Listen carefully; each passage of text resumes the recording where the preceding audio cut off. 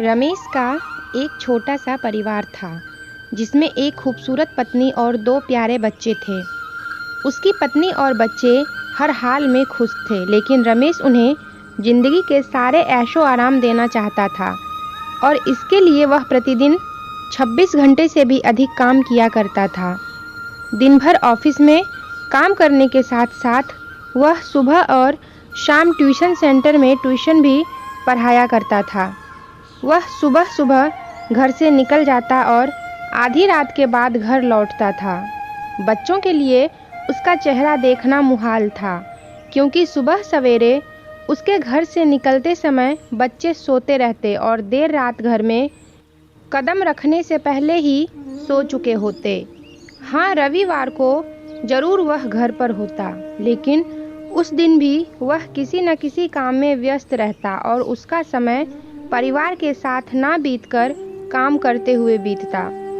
परिवार उसके साथ क्वालिटी टाइम बिताने का बस इंतजार करता रह जाता। पत्नी अक्सर उससे कहा करती कि उसे घर में वक्त बिताना चाहिए, बच्चे उसे बहुत मिस करते हैं। उस वक्त वह यही जवाब देता कि ये सब मैं उनके लिए ही तो कर रहा हूँ। बढ़ते घरेलू खर्च और स्कूल खर्च के लिए मेरा ज़्यादा काम करना ज़रूरी है। मैं उन्हें एक अच्छी ज़िंदगी देना चाहता हूँ। रमेश की यह दिनचर्या वर्षों जारी रही। वह यूं ही परिवार को अनदेखा कर कड़ी मेहनत करता रहा। इसका प्रतिफल भी उसे मिला। उसे पदोन्नति प्राप्त हुई, आकर्षक वेतन मिलने लगा। परिवार अब बड़े घर में रहने लगा।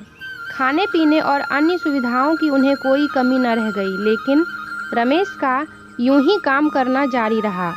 वह अधिक से अधिक पैसे कमाना चाहता था।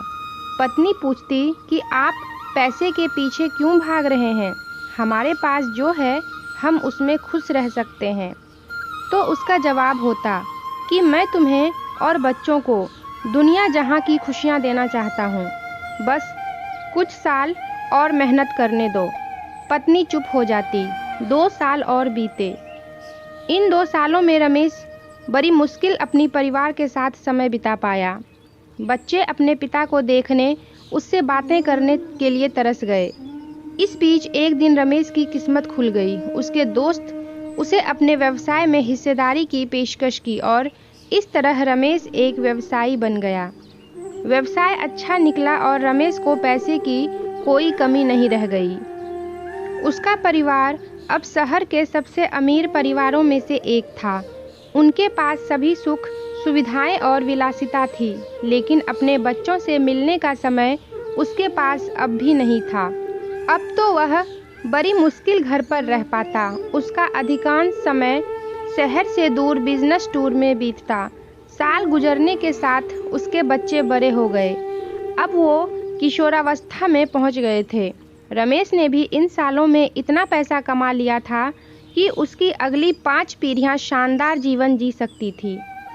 एक दिन रमेश के परिवार ने छुट्टी बिताने समुद्र तट स्थित अपने घर जाने की योजना बनाई। बेटी ने उससे पूछा, पापा, क्या आप एक दिन हमारे साथ बिताएंगे? रमेश ने जवाब दिया, हाँ ज़रूर।